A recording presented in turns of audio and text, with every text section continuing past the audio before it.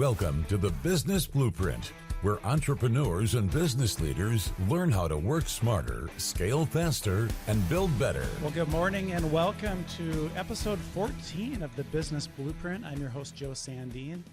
Happy Cinco de Mayo to everyone out there, and Taco Tuesday on the same day. It's a huge day today. So I do expect this episode should slowly get better as the margaritas kind of kick in, right? Yeah, right. But today we're going to talk about people. Today's episode is all about what it takes to build and scale a team as a company grows. And today I'm joined by someone who's been right in the middle of that with two rapidly growing companies right here in our region. So I'll do a little introduction here. Joining me today is Jessica Kulzer. Jessica is the director of HR for both Pack Power and Lykos Energy, where she leads enterprise-wide initiatives across HR, training and development, communications, and much more. She brings nearly a decade of experience in the renewable energy and construction industries, and she's played a key role in helping organizations scale their workforce, build strong cultures, and align people strategically within business growth. So Jessica is known for connecting people, process, and culture in ways that help organizations grow into high-performing people-first teams. And that's exactly what we're going to dive into today. So Jessica, thanks for joining me. Yeah, absolutely. Happy to be here. So I want to get to know you a little bit, Jessica. So let's just start by having you give us a little bit of your background. How did you get into HR and people ops? Sure. So graduated from Concordia back many years ago. Got a social work child family studies degree and took that and became a children's social worker in the Clay County area, where I worked and supported some families and kids going through real tough times. I would say and consider that in all of the days of HR and all my experiences that I've had thus far, no day has come as difficult as some of those days when you work with some of those kids and families that are really going through difficult moments in life. So did that, still think about those kids and families on a very regular basis. I jumped over to the American Red Cross, spent a couple years working with the great volunteers through Eastern North Dakota, Western Minnesota. Had a great opportunity just to see a broad company and lens of supporting a macro community and seeing what we can do to give back, and led that for a couple of years.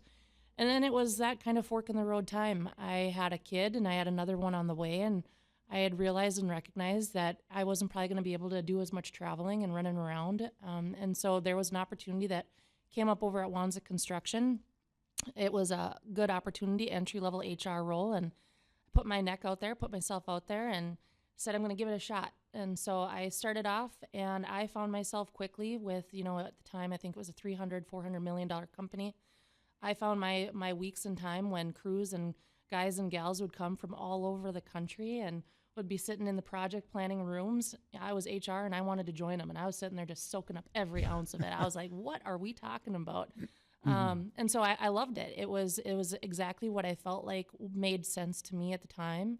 I grew and I developed relationships and kept the people being first, number one priority in my mind. And so I grew into a business partner. I worked my way and lensed through all of the different facets of HR, through everything within Wanzik, and grew into being a director of HR and people and culture over at Wanzik. And, I haven't looked back once. There's so many things where my life overlapped from being a social worker and working with the Red Cross. And in many ways that was HR itself. So that's who I am and how I've come to be at this point. And yeah, loving every second of it.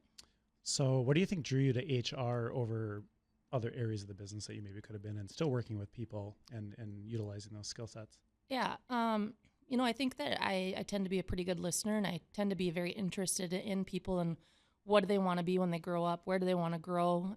What are the areas that maybe are holding them back? And so I think that those natural conversations of just people in general and helping to get them to their full potential has always been just an easy and something I navigate towards. And so it was always fun to see those natural progressions and career growth and opportunities, but also with my social work background, I think those tough conversations were easy conversations for me. You probably had a lot of good a lot of good experience doing that. I had a lot of good experience having tough conversations. And so, it seemed to be like, even when I was new in the HR realm over at Wanzik, people would come to me and they'd be like, this is a tough conversation. I don't even know where to begin. And I'd be like, I got it. So I think that for me, that was something that I'm glad that I had that opportunity and experience, and just the ability to work alongside people, and seeing just all the different lenses, whether that be from performance management to talent acquisition to strategy, engagement. It's just been all something that's been passionate for me.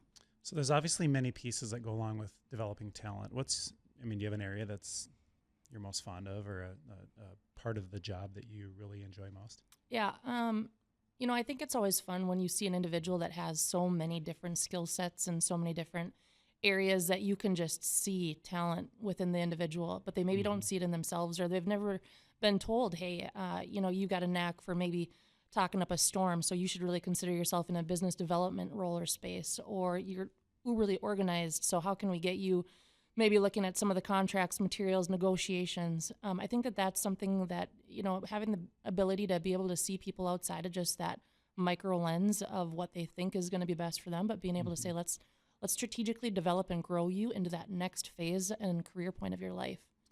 Yeah, and that's such an important thing, because I think sometimes as organizations, we don't do a great job of like showing our employees a career path and like really understanding like, what do you want to do with your life, and where do you see yourself going? We can tend to slot them in a job and, not do a great job at that. How do you think, you've been doing this for a long time now, how has your lens changed from an HR perspective, and kind of what you think that landscape looks like now versus maybe what it was like 10 years ago? Yeah. So 10 years ago, looking at it, walking into the front doors of my new opportunity in HR, it was one of those where HR was known for being the hope you don't see them in the hallway. If you do, don't make eye contact, look down, and if their door is open, you find the long way and long route, and you go that direction. But then later on, I find myself, and some of the guys and gals would come down and be like, Kulzer, we need a person to join our fourth person golf group outing. Can you join us? And from my perspective, that's a win. When you hear that HR can be that foundation of support, part of that, you're getting them involved in the beginning stages, not, oh crap, we need them now. And having that support that's a win. And so seeing it from that angle, and even just where I'm at now with Pack Power and Lykos, and having the opportunity to work alongside really talented people, but then also being able to just have fun with them. For people, that's what it's about. It's the people and culture of a business. So let's keep it first and foremost about that. So, in the companies you've worked with over the years, what kind of culture do you really think allows you to do that? What do you see in a company that makes that easier for you to do as an HR professional? Yeah. I think first and foremost is seeing the entirety of the lens of a business. If you're just going to look at an organization and their executive leadership team, you're missing the rest of the foundation of an organization and the pillars that hold that stool up. And so you gotta be willing to jump in and meet the employees where they're at. Some of my greatest moments in my HR experiences were when I went out to job sites, and I'd find myself behind the hood of a welding machine and welding some metal, and then driving back to my hotel and having guys scream out the window, "You're one of us." So that's fun. That's a win. And having that opportunity to grow and develop yourself and dive in, like that's what culture and working with people should look like. People and culture and HR, you find yourself behind a desk a lot of time and diving through papers or diving through policies or SOPs, but you got to also find yourself pausing and saying, where are the people and where's the heart of the organization, and find yourself there. Yeah, and hearing you talk, like you spend the time to go out to where they are and to really engage and understand the work and build a bond with your employees. I think that's such an important thing to do. So thank you. So we're going to take a quick break, but when we come back, we're going to dive into the companies that Jessica works for, talk about their growth and what she's managing.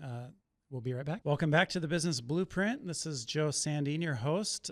Today we're speaking with Jessica Kulzer, who is the Director of HR at Pack Power and Lykos Energy. So what we're going to do now, I want to take some time to get to understand those companies and learn a little bit more about what you do. They're both rapidly growing companies that have not been around that long, and a big theme, of today with, talking about people ops is, how do you build a successful team and a strong culture when you're growing a company so rapidly. So Jessica, let's just start with a real basic. Tell us a little bit about Pack Power and Lykos Energy, and what do you guys do? Yeah, absolutely. So both Pack Power and Lykos Energy, based here in Fargo, North Dakota, Pack Power is a leading contractor in the high voltage industry, and then Lykos is battery storage company. And honestly, it has grown. Pack, we just celebrated the 3-year anniversary a couple weeks ago, and then Lykos, we just celebrated the 1-year anniversary. And yeah, honestly, it's the growth that we've seen from an organizational standpoint has been incredible. But there's talented people, but there's a lot of people that say that there's nothing that I won't step into and or challenge myself to make it work or be part of the team. So at PAC, we've completed roughly 25 projects to date. Currently, we are on 10 projects throughout the United States, a lot in the Texas, Arizona area, southern areas. We have about 15 projects that we're looking at getting in the coming weeks ahead, and we're at roughly 160 employees. So wow! So in 3 years, 0 to 160. That's a big, big people change. When I joined Pack and Lykos roughly a year ago, and prior to that, there was our VPs of the organizations, our COOs, our HR. They were multi-hatted individuals. One day they needed to put the hat on of business development. 1 minute they jumped into estimating, and our HR gal, she ran the role of equipment manager to procurement to marketing, communications, HR. And so at that point, everybody kind of needed to step up and say, what is there that we can do? Lykos, with them being just a year old and tracking on hoping for potential 6 awards in the next month, 31 employees, and working on their first battery storage project. It's awesome to see the momentum of an organization of people that just want to be excellent at their job. And that's one thing that we say all the time, like, let's be the gold standard. And how do we do that? Well, gold standard, in my opinion, is checking in on your people, not just on how are they doing in the work, but how are they doing at home? Like, what's holding them back? What's the opportunity we can support them to get them to grow? And so the leadership and the people that I get to work with on a daily basis with PAC and Lykos, who, together within our leadership have over 100 years of experience working together in the construction industry, is astronomical. I don't think you can find a lot of startup companies with 3 years or 1 year that can say that they have over 100 years working, combined together. So we've got a good thing going for sure. That's amazing. Like literally 0 to over 100 employees, like that quickly. What's been the biggest challenge in that? I understand how when you're growing that quickly, obviously everyone has to wear a lot of hats because it's logistically tough to make all the right hires quick enough, right? What's been the most challenging part of getting the right people in the right seats? So I think when you look at something like that, it's the handoff. It's the baton of I had that then, but now I got to hand it off to who?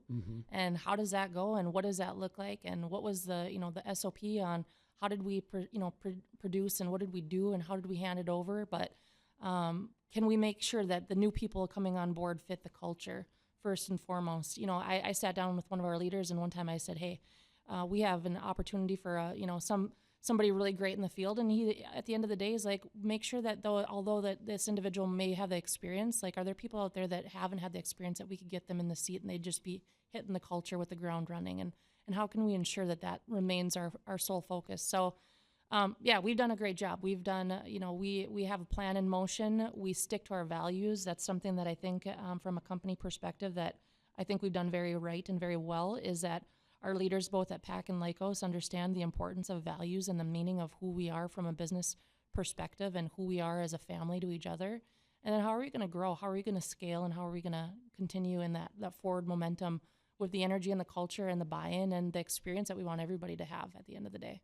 Yeah, I mean, it's when you hire people, they need to fit the culture. It's hard to, I think, adjust and teach people that necessarily. You can teach skill, you can skill someone up, and even if they don't have the perfect experience. But so it sounds like you hire for culture first and then determine skill fit.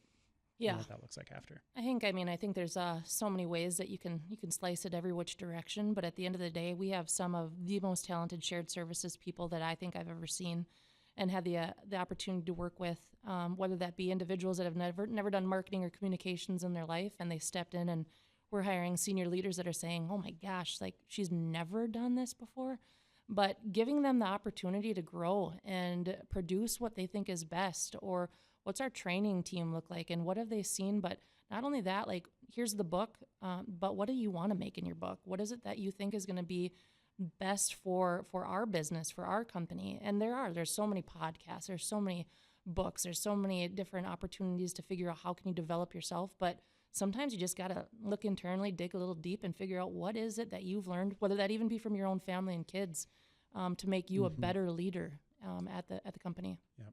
So obviously you've made a ton of hires in the last 1 to 3 years, and so onboarding is a huge component of that. Can you speak a little bit to how you guys have evolved from an onboarding perspective and where you feel like you're at today? I'm just really curious to understand, like, when you're bringing on a lot of people, onboarding is probably the one thing that can really trip you up, and that sets the first impression. So I'm just curious how that's gone for you. Yeah. Great question, because that was one of the first and foremost things that our leadership said when I came on board, that, like, let's make this the best onboarding experience. And, you know, in one end, you can make an onboarding experience just that. You can sit with the employees and you can teach them about the culture. You can take them on tours of the building and you can run them through every which direction. But at the end of the day, you want to ensure also that they have a good experience of knowing where's their materials, where are their documents, where's our document storage, how do you submit your time off, how do you put in for, you know, your hours worked, what does that all look like? You kind of have to figure out, there's not a one-stop shop that can get you to the end result. But you know, we've taken it upon ourselves to work a lot with different industries, with a lot of different people, to make sure that we figure out onboarding a person is more than just onboarding. It's truly setting up the platform for the career for that individual. And so we've taken a lot of time. We have a really talented training department that has said, hey, we're going to make sure that these individuals feel the TLC, the love. And the other thing is we don't think that we've got it perfected day one. We're coming back and we're asking those construction managers or those folks that are flying in from Texas for their first week, saying, like, what could we do different? What can we do better? And I think that's what sets us apart, is we're not satisfied. We're hungry to get the next, you know, opportunity, and we're hungry to be better. That's such a good lesson. I mean, process, you got to start somewhere, but it's never perfect. And as long as you have the mentality that, hey, we're just going to keep making it better and we're going to get the feedback. Yeah. A lot of businesses don't take the time to get the feedback, and they might just assume, oh, our process is great, but in reality, it's probably not. So another question I want to ask you. So I think there's a lot of people like you out there that manage HR across multiple companies or a family of companies, and that is what you're doing between Pack Power and Lykos.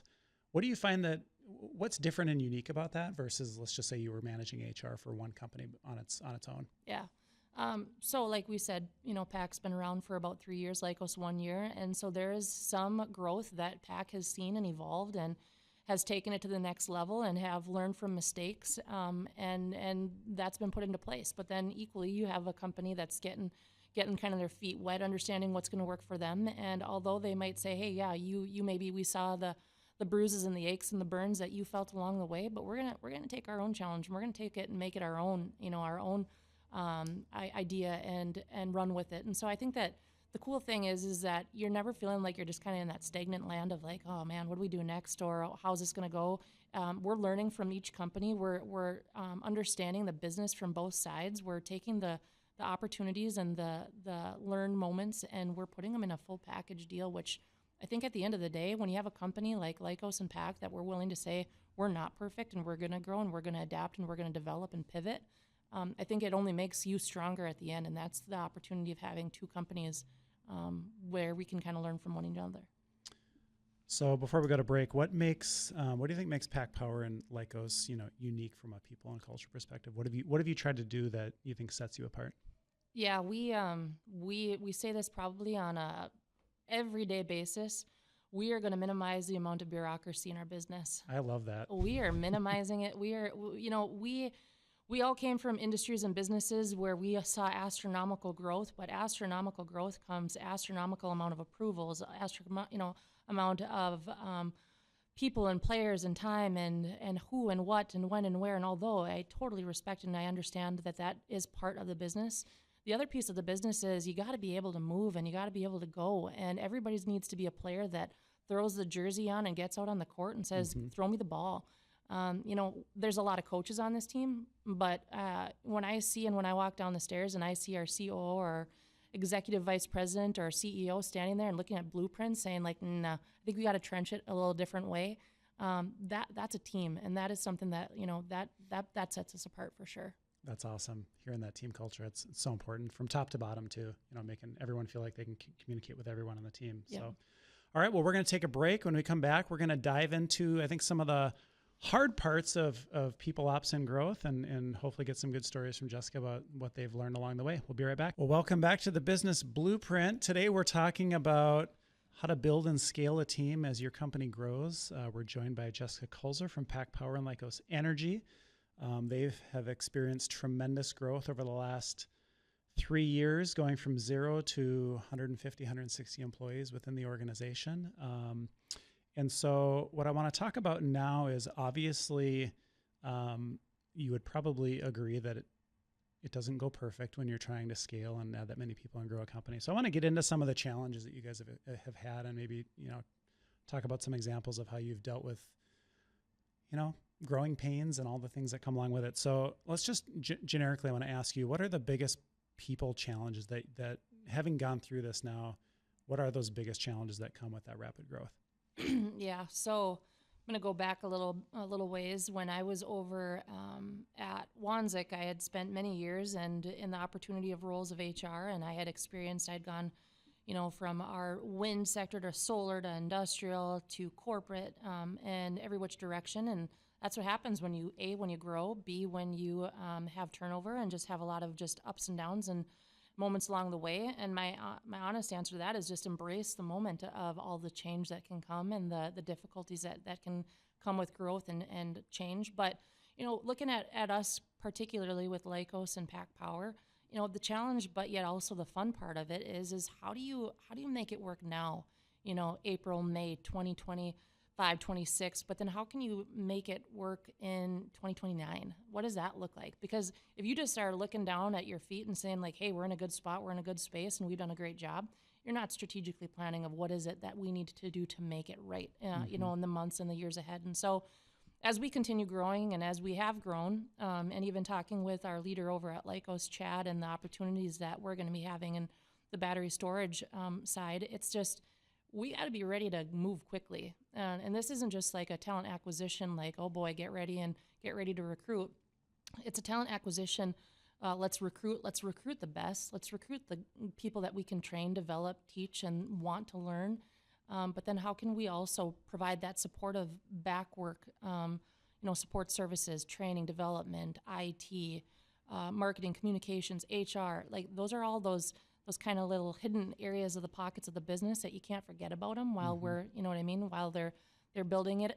But we got to make sure that we're keeping our lenses kind of all over the place to ensure that the business is growing, but so is the support services to remain successful. Yeah. And you kind of alluded to, embracing change, and there's a lot of change that comes with growing that quickly.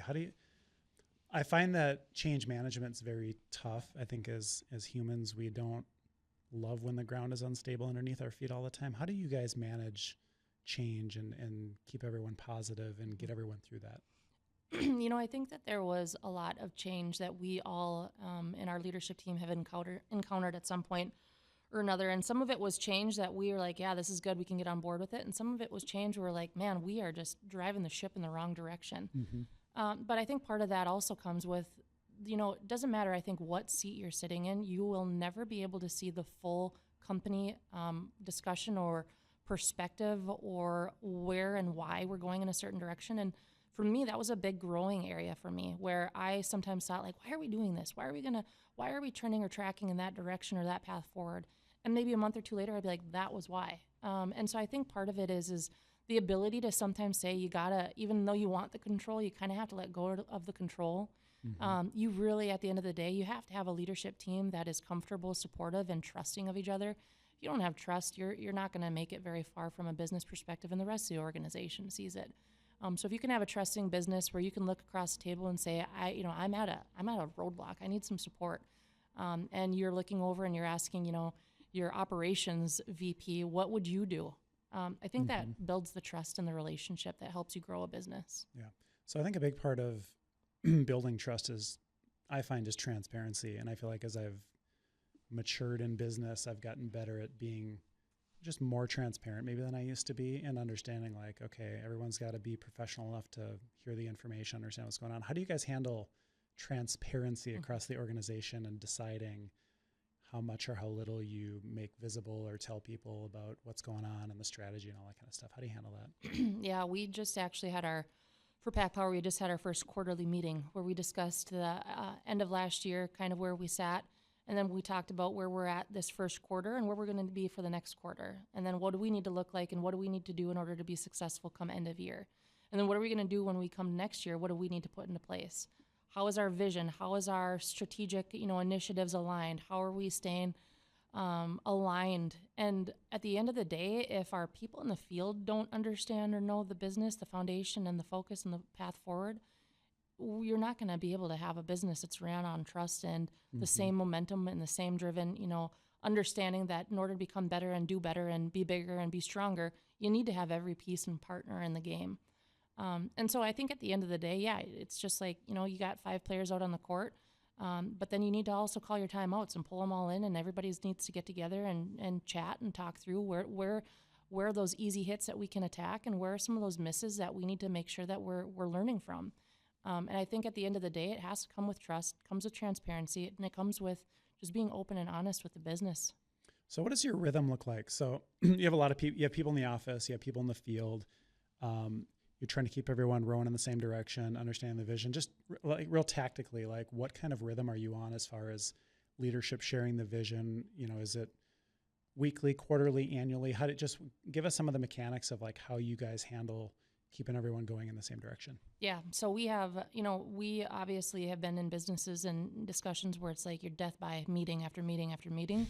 But there's opportunity, I think, from the beginning of the day to set the momentum and the pace and understanding of what do we got ahead of us? What do we got that we need to attack, and who's on maybe some of the same calls and or things that we need to say, hey, let's minimize this. But we are strategically aligned. We have our leadership. We talk on a weekly basis. We sit down, we talk and say, what's the goals of the week? What's the focus areas that we need to focus on? Yesterday I was sitting with my CEO and he was talking about Elon Musk, and about each week Elon says, here's the 3 top areas of the business that are struggling, and we're going to sit down, we're not going to sleep, and we're going to fix those 3 by the end of the week. How many times do you see in businesses where it's like you just keep on kicking the can down the road and the fix never comes, and It's just like, well, we'll talk about it and we'll put it in a new PowerPoint, or we'll address it at some point, or so-and-so missed that day, so we didn't really get to, get it all done. Well, you need to align. You need to, first and foremost, and that's what I think we've done well, is we align. We sit down as a team, we talk through the strategies, we talk through the pain points, and we move the business forward. So in these past 3 years, what have been some of the toughest situations you've had to navigate? If you had to tell us a story maybe about a painful experience in your growth, do you have anything that sticks out? Yeah, honestly, I think that there's been painful moments, painful days. I think everybody on the team at some point will say, that was painful. But I don't think anybody has been like, but I felt alone in that experience, or I felt like I couldn't go to my neighbor down the hall or call somebody on the phone and say, hey, we got to talk through this. This is just, it's a moment where I'm struggling. I think that's human nature to have those really tough moments, or sit down and say, like, let's work through it. But, I think this one's kind of comical. We were working through performance management, and our IT guys, who are some of the best in the business, building out some of the opportunity and software to try to drum up some performance management, and where are we and what are the goals and how did we perform in the past year. And naturally, I went home that night, and for some odd reason, I looked at my kid, who she's 8, and I said, hey, Jalen, anything you need me to do different as your mom, or anything I could improve on? And I expected her to just go, no, Mom, you did a great job. I mean, that's like typically like a performance review. People are like, you're doing good, keep it up. But meanwhile, you got like a plethora of stuff that you got to figure out and fix. Yeah, they don't necessarily want to tell you the bad stuff. Oh, Right? And without hesitation, Jalen said to me, she goes, yeah, absolutely. She said, what you could do better is you could play outside with me more. And when we're outside playing, you could actually give it like 100%. And I'm like, oh my.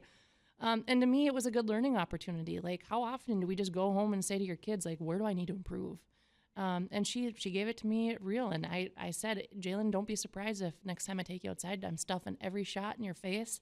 But I think that's good. That's good for me to, I think, at the end of the day, I run through strategic meetings or sit on a lot of leadership calls, but taking the opportunity to hear it from your kid's 8-year-old mouth of like, here's where you need to really improve. I think that was a growth opportunity for me. That is such a good story, because literally yesterday I posted on LinkedIn about how I think one of the most dangerous things companies can do is just assume that if someone's not complaining, they must be happy. Yeah. And I think you can look at that both from your employee's perspective and from your client's perspective. So like the value of getting that feedback and like really pushing people to be like, hey, you're in a safe space here. You can tell me what you think. Because I think a lot of employees can feel like, oh, am I really allowed to say that? Or is this a setup? But like, if you can build a culture like it seems like you have, where people can be open and honest and professional and, all for the sake of getting better, I think that's a beautiful thing. Yeah. Be willing to hear the feedback if it's not great. Yep. All right. Well, we're going to take our last break. And when we come back, we're going to talk about some practical insights and get some leadership advice from Jessica if you're trying to build a high-performing team. We'll be right back. Welcome back to the Business Blueprint. It's been a great episode. It's Cinco de Mayo. The margaritas are kicking in. We've been having some fun conversation with Jessica Kulzer from Pack Power and Lykos Energy. So we've been talking about people ops issues, advice, what it looks like to scale a growing company, which her two organizations that she works with have definitely been scaling very quickly over the last 3 years. And what I want to move into now is just get some insight, practical insight and leadership advice from Jessica. So for someone who's leading the people ops side of a rapidly growing business, if there's another person out there in your shoes who's maybe struggling, where do you think they need to focus first? I honestly think that anybody in a situation like this needs to get to know their people, needs to get to know the pulse of the organization and understand what are the aches, the pains, the burdens, the prides, the joys, and the successes they've seen along the way. And I think that comes with just natural conversation, getting out in the field if they're in the field, or getting and sitting and talking through some discussions of what are they seeing and what are the pains and aches. And honestly, then also understanding like you can't be a fix-all. You're not going to be a fix-all. You're going to burn yourself out pretty quick if you think you're going to swarm in and just make all these adjustments. And sometimes you're also going to get the Heisman. Some people are going to give you the hand and say, I don't need you. I don't want you. And I don't need to hear your advice.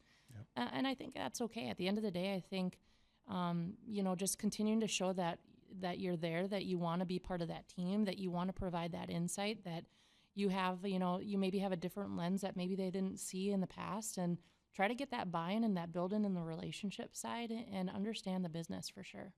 So in the world of people, as you're, looking to, as you've brought on a lot of team members, you're going to be bringing on more moving forward. What are some of the non-negotiables to you? Whether they're specific or you think that these would carry into any business, like what are some non-negotiables in your mind that are like, nope, from experience, I realize like these are the boxes you have to check or it's not going to work. Yeah. One question I think that, I always, if I'm ever interviewing, and I think that our team in general does, is one of the main questions I ask is take your work hat off. Who are you outside of work? And I think honestly, at the end of the day, a non-negotiable for me is somebody that actually cares about you outside of the business and outside of the office. It doesn't matter if you're HR, it doesn't matter if you're marketing or construction manager in the business and in the field. You got to care about people. And being a people and culture leader isn't just one person's job. You got to make it everybody's job. Everybody's got to be able to say, hey, I'm here as part of the organization, and the people and the culture is part of my job and opportunity. And so for me, that's a non-negotiable. I need to see that people are willing and wanting to be part of the team. And at the end of the day, we're all human people that go home at night and have hobbies and interests, and we have issues and problems. And I think building a strong culture, I like to say this too, like to me, culture isn't just something that you like preach and mandate from the top down. Like everyone's got to take part in it. Like every little interaction builds the culture that you want to have in an organization. So I totally hear you there. That's great advice. Leadership. So how do you, how do you think that the leadership in a company can be a better partner to the HR team? So if you're in the world of HR and you're working with leadership, what do you look for from your leaders to make your job easier? Yeah. I think that leadership with an HR and a business, I think that there needs to be like that trust first and foremost. But I think that leaders need to understand and help support the fact that there's going to be some situations that we're going to have to navigate through. Some are going to lead us towards the book, if you will, of here's how we have to regulate, the situation. But here's some situations. Let's walk through. Let's talk through, and let's figure it out together. I think at the end of the day, as leaders and working with some of the leaders that I have the opportunity to work with, who I say are the best in the industry, but just the best people in general, are just ensuring like we're staying consistent. We're taking care of the people of the organization, whether that be through policies, whether that be through processes, whether it be through benefits. We got to make sure that we're all aligned on at the end game and the end goal. What is it we're trying to do here? Obviously we're trying to build, electrical opportunity throughout the U.S., but we're really trying to give people a good opportunity at the end of the day where they can show up at a job and they can say, I really like what I do. I like my team. And now I can go home and I can, enjoy the things outside of work that I love to do. That's all of our jobs. Yeah. And I think leadership's, synergy with that is so important because it flows throughout the whole organization. And it seems like you have a pretty engaged group of leaders within the organization that you work with. And I've met Rob. He's a great guy. I'm not familiar with the rest of the leadership team, but like that dynamic seems pretty strong between the two of you for sure and the rest of the team. Can you speak to that a little bit more? Yeah. So it's kind of funny because you think sometimes when people get to the top that there's no more early opportunity that they're working on themselves and learning on. And our president of Lykos, our president of PAC, and our COO of PAC, we're completing 360 reviews on them right now. And 360 reviews are not just having your leader say, here's how you're performing, but it's getting the buy-in of how are the people that you manage, how are they doing, what's their view of you? What are your peers' view? So you get a full kind of overarching perspective of an individual, our leaders, to say, here's where you're doing well, but by the way, you still need to work on this. The fact that we have leadership that say we want to be held accountable, we want you to tell us what to do different, we want to be part of that growth and that mindset, that's all we can ask. And I at one point, we had a meeting and I had two of our senior leaders that didn't join the meeting, and you could just see deflation in some of my team's eyes, like, man, we put so much work and time into this and they didn't even show up to the meeting. We didn't know they weren't going to show up, and it just felt like crap. And I sent them an email and I said, hey, if this is a culture you want, I said, you're going to build it real quick and you're going to lose some relationships and trust, and you're going to lose some of the momentum that you want to see in a business by making choices where you just don't make it. At the end of the day, you're not going to make everything, but send off a message and communicate it. I didn't know how I was going to get the feedback, and he said, keep that up. Do that every single time. That's exactly what we need in people and culture, is somebody that says, that wasn't right, that wasn't good, fix it. And that's what the trust is that we have. Yeah, leadership, engagement, and really diving in and being part of getting into the mud and the weeds and really being part of the culture with the entire team is such an important thing to do. Like over 26 years as I've grown OnSharp, it's like, well, I was a one-man show at the beginning, but I've kind of realized over the time, like I need to stay really close to the people and be involved as much as I can. And I can't always be there, but you realize like people need to feel connected to the top, and they need to feel like they have a voice and they can talk to you candidly when they need to. It's a really powerful thing if you want to grow the right culture. So what advice would you give founders or executives about managing people in general? Open the door. Nothing's beneath you. Nothing's going to be done, that you got to sit there and you got to check box. Nobody wants to be micromanaged. So hold yourself accountable to the business. Trust your people. Trust them in their business. Provide them the platform to succeed. Provide them the support that they need to grow. Give them the opportunity to, kind of venture off and go to the left, go to the right, shimmy shake a little bit and make something of themselves that maybe that you never knew, you did yourself. But give them that time, give them the momentum, and give them the opportunity to make themselves better, which ultimately will make your business better. That's great advice. Okay, my last question for you. If you could give one piece of advice to your younger self starting in HR, what would it be? Oh, man. Probably just have fun along the way. There were some times I think where sometimes I dug in hard and I'm like, man, these are some tough days or some tough moments. And I was seeing the business from different lenses and approaches where I just struggled. I think at the end of the day, sometimes those are the good days to put the meetings aside and maybe sit down with the people of the organization, sit down and have those candid conversations, sit down and explain this isn't going to change overnight. This isn't going to be fixed or improved overnight, but we're taking the time to understand and hear you. And, I think that coming from a world of sports and, being in activities my whole life, I think that I wanted to win overnight. I wanted to see improvement and progress overnight. Yeah. But not everybody also is built that way. And so, yeah, I might want to bulldoze and I might want to just fly through, but it's also all right to meet some of those people where they're at and say, hey, you got to pause and you got to work with the business. Yep. All right. Well, that's all the time we have. Jessica, thank you for coming in. Thank This you. has been a really great conversation. If anyone wants to learn more about Pack Power or Lykos Energy, visit packpower.com or lykosenergy.com. And to watch the full episode of today's episode or any of the past episodes, just visit businessblueprintshow.com. Thanks for listening. We'll see you next time.